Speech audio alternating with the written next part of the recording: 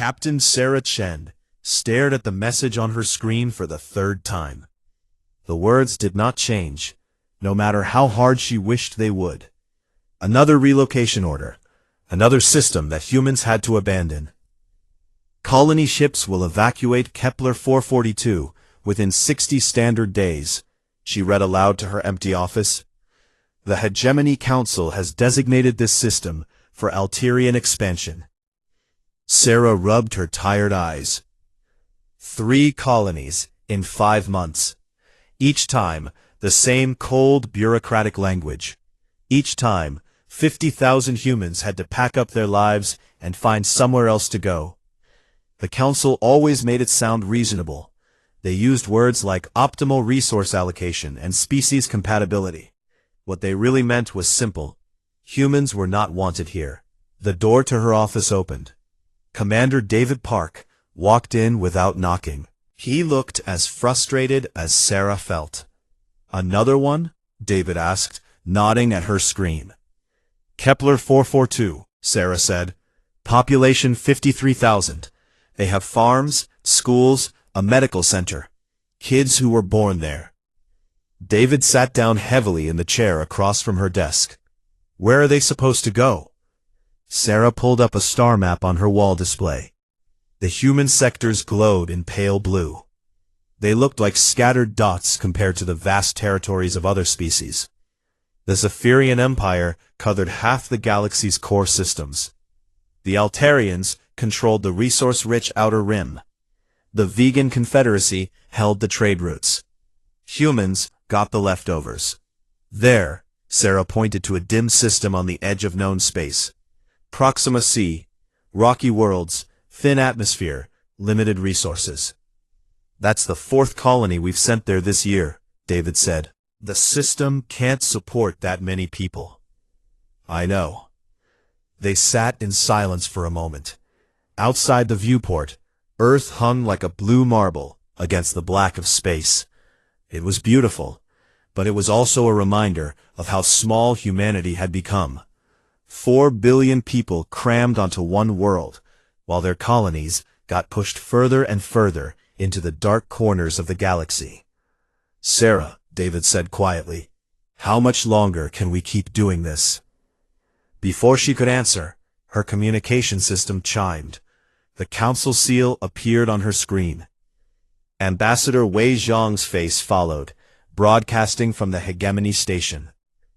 "Citizens of Earth and the human colonies," Ambassador Zhang began. His usually calm voice carried a hint of strain. "I speak to you today following another session of the Galactic Council. Once again, I have presented humanity's case for expanded settlement rights. Once again, our request has been denied." Sarah and David watched as Zhang continued his report. Behind him, they could see the vast council chamber. Representatives from dozens of species sat in tiered seats that rose like a mountain around the central podium. The Zephyrians occupied the highest tier, their insect-like forms casting shadows over the smaller species below. "The Council has ruled that humanity's rapid technological advancement poses a potential threat to galactic stability," Zhang said. "Therefore, our classification as a restricted development species will continue." Sarah felt her hands clench into fists. Restricted development species. The official term made it sound scientific, but everyone knew what it really meant. Humans were too dangerous to be trusted, too unpredictable, too different. "Furthermore," Zhang continued, his voice growing tighter, "the Council has approved additional measures to ensure compliance with galactic law. Human military vessels will face increased inspection protocols. Our research programs will require Council approval before proceeding, and our colonies will accept only Council-approved settlers." The transmission ended. Sarah and David stared at the blank screen. "Council-approved settlers," David repeated slowly. "They want to control who can live in our own colonies." Sarah stood and walked to the viewport. Below, the lights of Luna City twinkled on the moon's surface. Once that had seemed like humanity's greatest achievement. Now, it felt like a cage. Her personal communication device buzzed. The caller identification showed Dr. Elena Vasquez from the Aurora Research Station. Sarah accepted the call. Captain Chen? Dr. Vasquez appeared on her screen. She looked nervous, glancing over her shoulder before speaking. I need to speak with you, in private. What about? Not over open channels. Can you come to Aurora Station? Sarah frowned. Aurora Station was officially listed as a civilian research facility studying asteroid mining techniques. But Sarah had heard rumors that other work happened there, work that the Council might not approve of. I'll be there tomorrow, Sarah said. After ending the call, she turned back to David. Something's happening. What do you mean? Aurora Station. Dr. Vasquez wants to meet. She seemed scared. David was quiet for a moment. Then he said, Sarah, there are stories, rumors about research projects that aren't in the official reports. What kind of research? The kind the Council banned us from doing. Sarah felt a chill run down her spine. The Council's technology restrictions were absolute. Humans could use approved equipment, approved designs, approved materials. Anything else was illegal. The punishment was severe. Loss of colonies, trade restrictions, sometimes military intervention. But Sarah also knew that humanity had not survived this long by following every rule. Humans adapted. They found ways around obstacles. They learned from their mistakes and from their enemies. If such research exists, Sarah said carefully, what would its purpose be? David met her eyes. Insurance, he said, for the day when patience stops being enough. The next morning, Sarah took a shuttle to Aurora Station. During the flight, she thought about humanity's history with the Council. 200 years ago, humans had reached the stars. They had been so excited to discover they were not alone. First contact had seemed like the beginning of a golden age. Instead, it had been the beginning of 2 centuries of restrictions and humiliation. The Council had rules for everything, where species could settle, what technology they could develop, how they could govern themselves. For older species, these rules were guidelines. For humans, they were chains. But chains could be broken. Sarah was beginning to wonder if the time had come to test their strength. As her shuttle approached Aurora Station, she saw the asteroid mining equipment that gave the facility its cover story. But she also noticed the unusual power readings on her scanner. For a mining operation, Aurora Station used far too much energy. Dr. Vasquez met her at the airlock. She was a small woman with graying hair and intense brown eyes. She led Sarah through corridors lined with legitimate mining research equipment. But at the end of one corridor, she stopped at a door that required both a handprint and retinal scan. What I'm about to show you, Dr. Vasquez said, doesn't officially exist. The door opened. Beyond it lay a laboratory filled with equipment Sarah had never seen before. Human scientists worked at stations displaying incomprehensible data. In the center of the room sat something that made Sarah's breath catch. It looked like a sphere of liquid metal, floating in a containment field. Energy patterns danced across its surface, like lightning frozen in time. What is it? Sarah whispered. Dr. Vasquez smiled. For the first time since Sarah had arrived, she looked confident instead of nervous. Hope, she said. The emergency session of the Galactic Council had been called with only 6 hours' notice. Ambassador Wei Zhang sat in the human delegation's small section, watching as the chamber filled with representatives from across the galaxy. The Zephyrian High Counselor, a massive insect-like creature with 4 arms and compound eyes, stood at the central podium. Fellow members of the hegemony, the High Counselor's voice buzzed through the translation system. We gather today to address a growing threat to galactic peace and stability. Zhang felt his stomach tighten. When the Zephyrians called something a threat, humans usually suffered for it. Recent intelligence reports indicate that the human species has been developing unauthorized technology, the High Counselor continued. Furthermore, human colonies have shown disturbing patterns of rapid expansion and resource consumption. Honored Counselor, I request permission to address these accusations. The High Counselor's compound eyes fixed on him. Permission denied. The evidence is clear and requires no human interpretation. A holographic display appeared above the podium. It showed star charts, resource allocation data, and population growth statistics. To Zhang, it looked like normal colonial development. To the Council, it apparently looked like aggression. Therefore, the High Counselor announced, the Council hereby approves Emergency Resolution 847. Zhang felt the blood drain from his face. Emergency resolutions could not be debated or appealed. They took effect immediately. All human military vessels will be surrendered to Council forces within 30 days, the High Counselor read from a datapad. Human colonies are hereby restricted to sublight travel only. All faster-than-light drives will be removed or destroyed.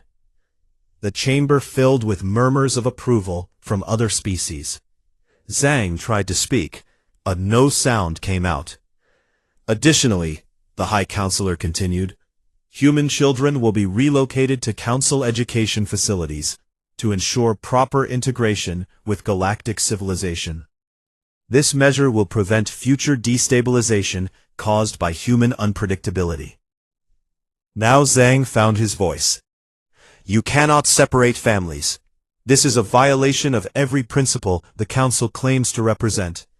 Silence. The High Counselor's voice boomed through the chamber. The human delegation will accept these terms or face military enforcement. Finally, the Zephyrian read the last part of the resolution. Humanity will pay reparations for the destabilization their presence has caused. Payment will consist of 50% of all human industrial output for the next century. Zhang stared at the Council in horror. They were not just restricting humanity anymore, they were destroying it. Without FTL travel, the human colonies would be isolated. Without their military, they would be defenseless. Without their children, they would have no future. And the reparations would leave them too poor to rebuild. This is genocide, Zhang said quietly. This is justice, the High Counselor replied. The vote is unanimous among all Council species. The human delegation abstains, as is their right, as the subject species. Zhang looked around the chamber. Species that had once seemed friendly now avoided his gaze. Others watched with open satisfaction. The Altarians, who had been pushing humans out of system after system, looked particularly pleased. The session ended. Zhang sat alone in his delegation box, as the chamber emptied. 2 centuries of diplomacy, compromise, and cooperation had led to this moment. Humanity had tried so hard to be good galactic citizens. They had followed every rule, accepted every restriction, swallowed every insult. And this was their reward. 3 days later, the colony ship New Geneva was 3 hours away from the Kepler-189 system, when the Council Enforcement Fleet appeared. Captain Maria Santos had 50,000 civilians aboard her ship. Men, women, children, elderly people, all refugees from overcrowded human colonies, hoping to start fresh in a new system. Council vessel Aurora's Fist, to human transport New Geneva. The communication came through clearly. You are in violation of Emergency Resolution 847. Surrender your FTL drive immediately. Captain Santos looked at her navigation officer. How far are we from the system? 2 hours at current speed, Captain. Santos activated her communication system. Aurora's Fist. This is Captain Santos. We are carrying civilian refugees. We will surrender our FTL drive after we reach our destination. The reply came back, cold and mechanical. Negative, New Geneva. You will surrender your drive now, or be destroyed. Santos felt ice form in her chest. Aurora's Fist, we have children aboard. Babies, elderly people who need medical care. We need just 2 more hours. You have 5 minutes to comply. Santos looked around her bridge. Her crews stared back at her with frightened faces. In the passenger compartments below, 50,000 people were probably having dinner, reading stories to their children, or planning their new lives on Kepler 189. Captain, her communications officer said quietly, they're charging weapons. Santos closed her eyes for a moment. When she opened them, her voice was steady. All hands, this is the captain. Brace for emergency maneuvers. Take us to maximum speed. Get us to that system. Captain, they'll fire on us. Yes, Santos said. They will. The new Geneva leaped forward as its engines reached full power. Behind it, the Council enforcement ships opened fire. The colony ship had no weapons, no shields, no armor. It was designed to carry people safely across the stars, not to fight. The first energy blast tore through its engine section. The second destroyed its life support systems. The third broke its hull in half. 50,000 people died in vacuum and fire. The news reached Earth 6 hours later. Zhang was in his office when Captain Chen arrived. She did not knock. She walked in, set a data pad on his desk, and said, "Read this." Zhang looked at the report. His hand shook as he read about the new Geneva. About the children. They destroyed a refugee ship, he whispered. Yes. 50,000 civilians. Yes. Zhang stood up slowly. He walked to his communication console and activated the emergency broadcast system. Every human colony, every human ship, every human settlement would receive this message. Citizens of Earth and the human colonies, he began. Today, the Galactic Council showed us who they really are. They are not peacekeepers. They are not protectors of civilization. They are bullies who fear what they cannot control. Chen watched as Zhang's usual diplomatic calm melted away. For 200 years, we have tried to be reasonable. We have accepted their restrictions. We have swallowed their insults. We have bent our knee and begged for scraps from their table. We told ourselves that patience would be rewarded. That cooperation would lead to acceptance. Zhang paused, looking directly into the camera. We were wrong. Today, they murdered 50,000 innocent people for the crime of seeking a new home. Men, women, children, elderly people, all dead because they dared to travel in a ship that belonged to humanity. He leaned forward. They wanted to see what happens when humanity loses patience. They are about to find out. This broadcast is my final act as ambassador to the Galactic Council. I hereby resign from that position. Zhang reached up and removed the ceremonial pin that marked his diplomatic status. The talking is over. We tried to be reasonable. He dropped the pin onto his desk. You should have let us. The transmission ended. Within minutes, Zhang's words were spreading through human space faster than any council ship could travel. In research stations like Aurora, in hidden facilities throughout the colonies, in the deep space installations that officially did not exist, humans who had been waiting for this moment began to move. Dr. Elena Vasquez was one of them. She stood in her laboratory, looking at the sphere of liquid metal that Sarah Chen had seen days before. Around her, dozens of similar devices hummed with contained power. Activate the network, she said quietly. Across human space, the toys that had been built in secret began to wake up. The Council had no idea what was coming. They had pushed humanity past the breaking point. Now they would learn what humans did when patience finally collapsed. High Admiral Kath Zara of the Zephyrian Enforcement Fleet stared at the empty space where the patrol ship Stinger had been just moments before. Her compound eyes shifted between multiple displays, all showing the same impossible thing. Nothing. Status report, she buzzed to her tactical officer. High Admiral, the Stinger was conducting a routine patrol of the human border sectors. We lost contact at 14:22 Standard Time. No distress signal. No energy discharge.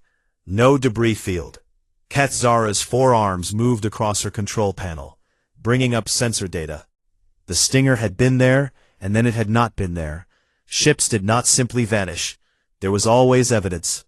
Wreckage. Energy signatures. Something. Expand the search pattern. Deploy additional sensor probes.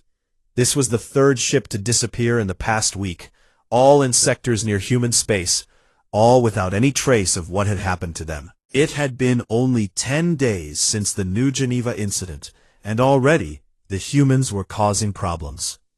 On the bridge of the human research ship Curiosity, Captain Sarah Chen watched the Zephyrian search pattern through a display that should not have existed.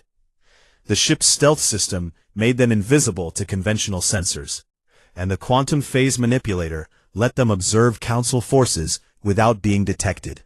Impressive, said Dr. Elena Vasquez, standing beside her. They have no idea we're here. Sarah nodded. The technology Dr. Vasquez had shown her at Aurora Station was beyond anything she had imagined. Not just the stealth systems and phase manipulators, but the entire network of devices that connected human space in ways the Council could never understand. Where did all this come from? Sarah asked. Dr. Vasquez smiled. 200 years of being told what we couldn't do. Every time the Council banned a technology, we studied it. Every time they restricted our research, we found new ways to learn. They thought they were controlling us. Actually, they were teaching us. Sarah looked at the tactical display again. The Stinger was not destroyed. It was elsewhere. The quantum tunnel system that connected Aurora Station to dozens of hidden facilities could also move ships across vast distances instantly. The Council patrol vessel was now in a holding facility in the Tau Ceti system, its crew alive but confused about what had happened to them. No killing unless absolutely necessary, Dr. Vasquez had insisted when they planned this operation. We are not them. We will prove that humans can be better. But Sarah knew that mercy had limits. The memory of the New Geneva burned in her mind. 50,000 innocent people, murdered for the crime of being human. She would follow the no-killing rule for now, but if the Council escalated, humanity would respond in kind. Her communication system chimed. Captain Chen, this is Admiral Torres. Sarah straightened. Admiral Marcus Torres commanded Earth's defense fleet. If he was calling personally, something important was happening. Admiral, this is Chen. Sarah, how is the field test going? Better than expected, sir. The Council has no idea how we're making their ships disappear. They're increasing patrols, but they can't patrol what they can't see. Good. Because it's time for the next phase. Sarah felt her pulse quicken. Sir? The Council is calling another emergency session. They want to discuss increased security measures for dealing with human terrorism. Ambassador Zhang's replacement will be presenting their demands in 6 hours. Sarah closed the communication and turned to Dr. Vasquez. What's the next phase? Instead of answering, Dr. Vasquez led her to a different part of the ship. They entered a room that Sarah had never seen before. It was filled with communication equipment and holographic displays showing star charts of the entire galaxy. For 2 centuries we've been mapping everything, Dr. Vasquez explained. Every Council trade route, every military installation, every supply depot, every communication relay. They never noticed because we seemed harmless. Sarah stared at the displays.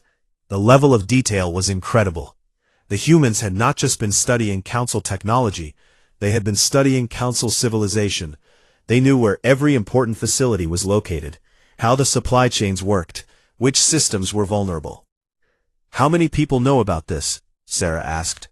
Every human who needed to know. Scientists, military officers, colonial administrators.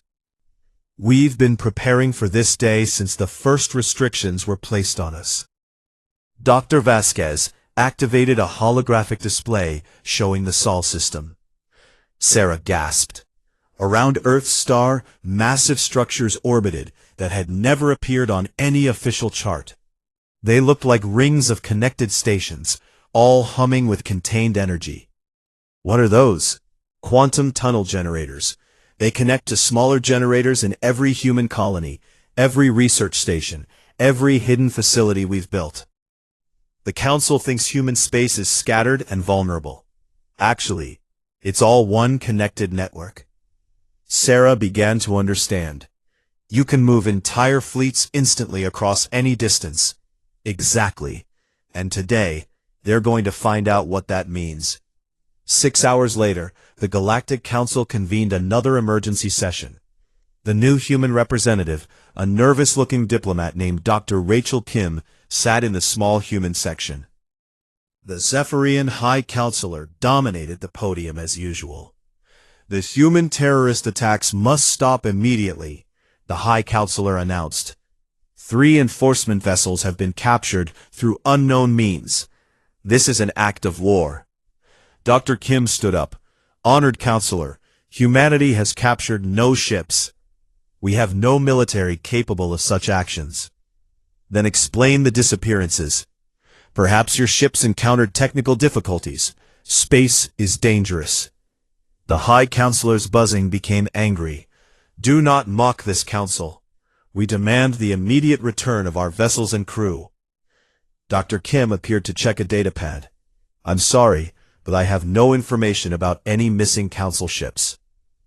As the argument continued, something strange began happening throughout council space.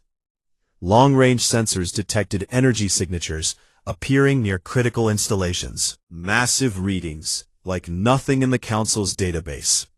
The first report came from the Altarian Trade Hub at Rigel Station. Council Command, this is Rigel Station. We have multiple unidentified contacts, large vessels, unknown configuration. Then from the Zephyrian Naval Base at Vega Prime. Command, we have a problem. Unknown fleet just appeared in our system. Where did they come from? More reports flooded in. Unknown ships near mining operations. Unknown fleets blocking trade routes. Unknown forces surrounding military bases. All appearing simultaneously across hundreds of systems. In the council chamber, the High Counselor's aide whispered urgently in his ear. His compound eyes widened as he listened. Impossible, he buzzed. Dr. Kim looked up from her datapad. Is something wrong, Honored Counselor?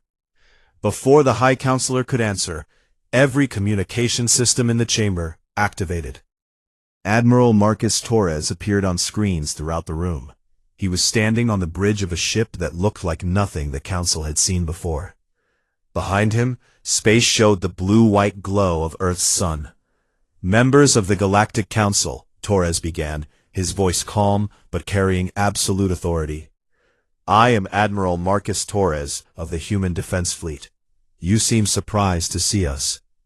The High Counselor found his voice. How did you get there? Our sensors showed no ships approaching.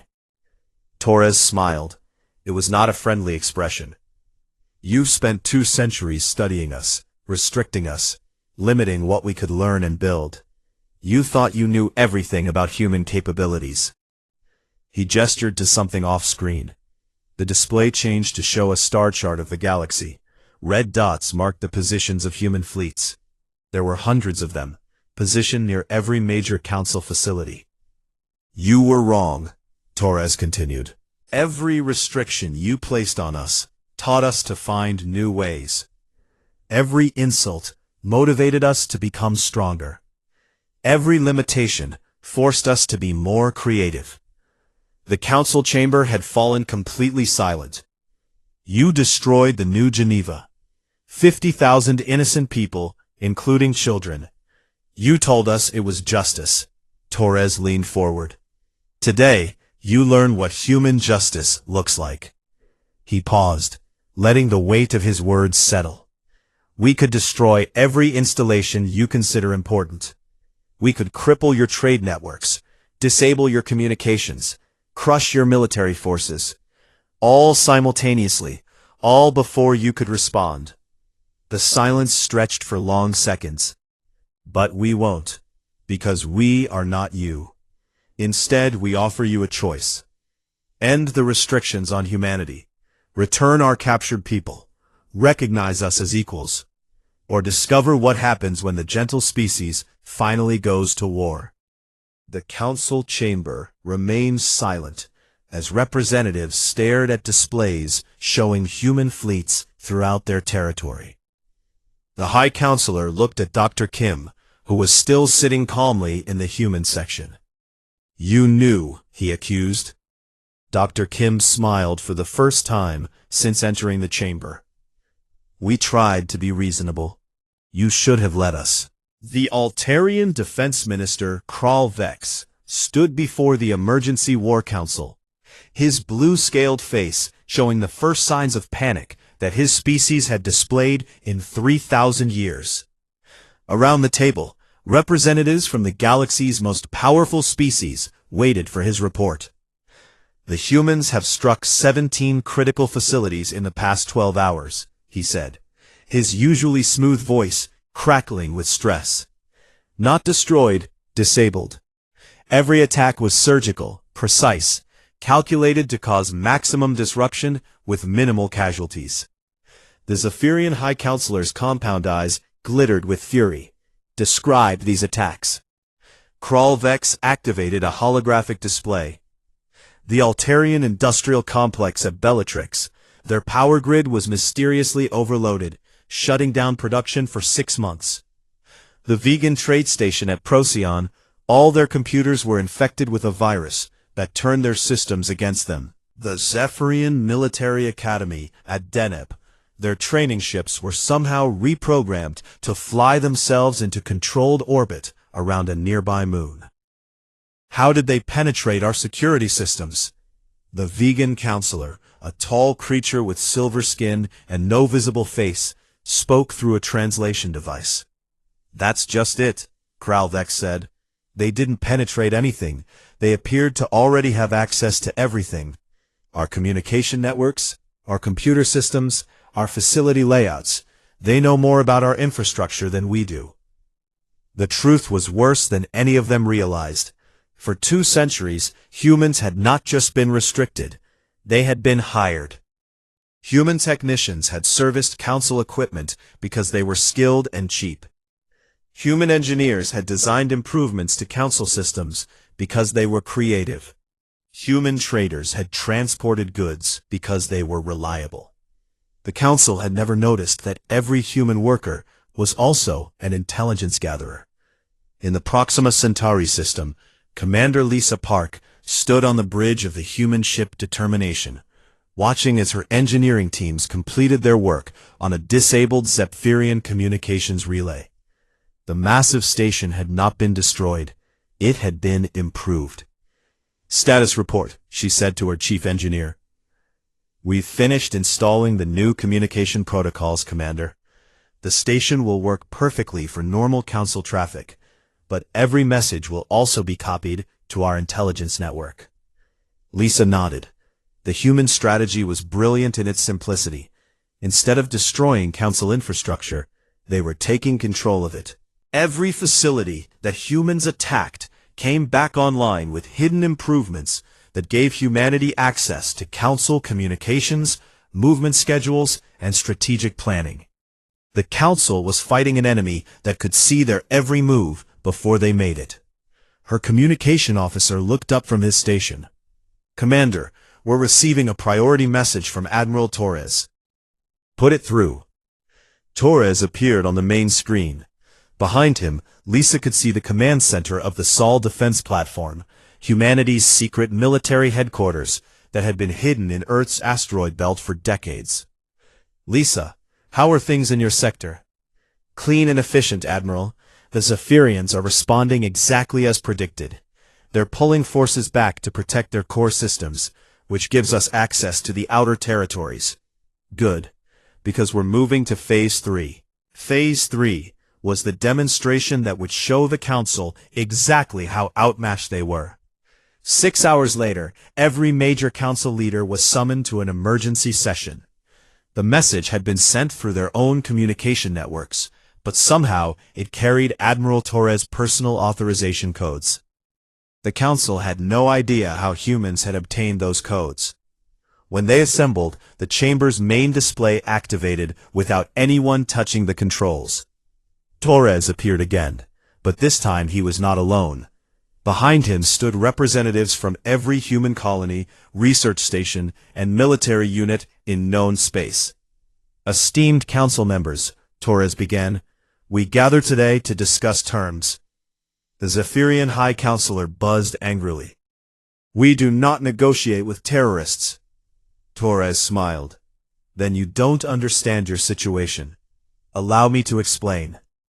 The display changed to show a real-time map of Council space. Every major facility, trade route, and military installation was marked. As they watched, red indicators began appearing next to each one. "Those red markers show human forces currently in position near your critical infrastructure," Torres explained. "As you can see, we are everywhere." The Altarian defense ministers stared at the display in horror. "Impossible. Our sensors would have detected such massive deployment." "Your sensors see what we want them to see," Torres replied. "For example, let me show you something interesting." The display focused on the vegan home system. The heavily fortified world showed normal traffic, cargo ships, patrol vessels, civilian transports, all routine. Then the view changed to a different sensor frequency. Suddenly, dozens of human ships became visible, hidden in the shadows of the normal traffic. "We have been among you for decades," Torres continued. "Human traders carried more than cargo. Human engineers built more than what appeared on the blueprints. Human diplomats listened to more than official negotiations." The council members looked around the chamber with new suspicion. How many humans had been in this very room? How much had they overheard? "But let me show you what really matters," Torres said. The display changed again, this time showing the quantum tunnel network that connected human space. The council members gasped as they saw the true scope of what humanity had built. Massive rings of energy surrounded the Sol system, connected by invisible threads to similar installations throughout the galaxy. "You thought human space was scattered and weak," Torres explained. "In reality, every human settlement is connected to every other human settlement by instantaneous transit. We can move entire fleets across the galaxy in seconds." The Zephyrian High Counselor's voice was barely a whisper. "How long have you had this capability? We finished the network 50 years ago. Every restriction you placed on us since then taught us to be more careful about hiding it." The silence in the chamber was complete. The council was beginning to understand the magnitude of their miscalculation. "You see," Torres continued, "you made a fundamental error. You assumed that controlling our expansion would prevent us from becoming dangerous. Instead, it forced us to become smart." He gestured to the displays around him. "Every limitation taught us patience. Every restriction taught us creativity. Every insult taught us determination. You wanted to contain humanity. Instead, you forged us into something you couldn't possibly defeat." The vegan counselor's translation device crackled to life. "What do you want?" Torres' expression became serious. "Simple. Complete autonomy for human space. Removal of all development restrictions. Reparations for the lives lost on the New Geneva. And formal recognition as an equal member of the galactic community." "And if we refuse?" the High Counselor asked. Torres didn't answer immediately. Instead, the display changed to show a single council installation, a mining operation in a remote system. As they watched, the facility simply vanished. No explosion, no energy discharge. It was there one moment and gone the next. "That facility has been relocated to a safe location," Torres explained. "Its workers are unharmed and will be returned when our negotiations conclude. But as you can see, we can make anything disappear whenever we choose." He leaned forward. "You destroyed the New Geneva in minutes. We can dismantle your entire civilization in hours. The only question is whether you're wise enough to choose peace." The transmission ended. The council members sat in stunned silence, staring at displays showing human forces positioned throughout their territory. For the first time in galactic history, the Hegemony Council faced an opponent they could not intimidate, could not overpower, and could not understand. The species they had dismissed as primitive had become something unprecedented, a military force that could strike anywhere, knew everything, and had the patience to plan for centuries. The High Counselor looked around the chamber at his fellow council members. In their eyes, he saw the same realization that chilled his own thoughts. They had awakened something terrible, and it was too late to put it back to sleep. Ambassador Wei Zhang walked through the corridors of the Hegemony Council Station 6 months after what historians would later call the Awakening. The same corridors where he had once begged for scraps were now filled with beings who stepped aside respectfully as he passed. Some nodded in greeting. Others simply watched with the careful attention reserved for those who commanded real power. The change was remarkable, but Zhang took no joy in it. Respect born from fear was hollow. He had hoped for something better. He entered the council chamber and took his place at the podium, not in the small side section reserved for restricted species, but at the central platform where only full council members were permitted. The human hegemony now held a permanent seat with veto power over all council decisions. It had been the first demand Torres had made when the council finally agreed to negotiate. Honored representatives, Zhang began, looking out at the assembled delegates. Today marks 6 months since humanity was granted full membership in the Galactic Council. It is time to discuss what we have learned. The Zephyrian High Counselor shifted uncomfortably in his seat. His species had suffered the most during the brief conflict. 3 of their core systems still had human fleets stationed nearby, not as occupying forces, but as security consultants. The distinction was meaningless. Everyone knew who really controlled Zephyrian space now. First, Zhang continued, let me address the concerns that many of you have expressed. Yes, humanity now possesses military capabilities that exceed anything the Council has seen before. Yes, we demonstrated that we could dismantle galactic civilization if we chose to do so. He paused, looking directly at the Altarian delegation. But notice what we did not do. We did not destroy your worlds. We did not slaughter your populations. We did not impose our government on your species. When we had absolute power, we chose restraint. The vegan counselor's translation device activated. Why? You could have ruled the galaxy. Zhang smiled sadly. Because ruling through fear is what you tried to do to us. We learned how that feels. We decided to be better. He activated a holographic display showing star charts of the galaxy. Where once the map had been divided into rigid territorial boundaries, new patterns were emerging. Trade routes crossed between species territories. Joint research stations appeared in previously forbidden systems. Mixed colonies showed multiple species working together. Instead of conquest, we offer partnership, Zhang explained. Humanity has developed technologies that can solve many galactic problems. We are sharing these freely with any species willing to treat us as equals. The display focused on a system where a massive terraforming project was underway. Human atmospheric processors worked alongside Altarian geological engineers and Zephyrian biological specialists. The barren world was slowly turning green. The Kepler 582 project, Zhang said. A dead world being brought to life through cooperation. In 5 years, it will support colonies from 6 different species. Another part of the display showed a medical research station where scientists from across the galaxy worked together. The discoveries they were making would benefit everyone. The cure for vegan bone rot, Zhang noted, the treatment for Altarian scale disease, the solution to Zephyrian hive madness, all developed using human medical technology shared freely with our partners. The High Counselor buzzed reluctantly. And what does humanity gain from this generosity? Zhang's expression became serious.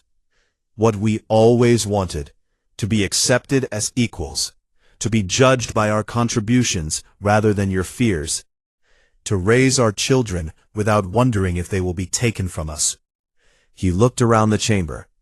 For 2 centuries, you told us we were dangerous. You restricted our growth, limited our research, treated us like children who could not be trusted. You were wrong about everything except one thing. We are dangerous, but not in the way you thought.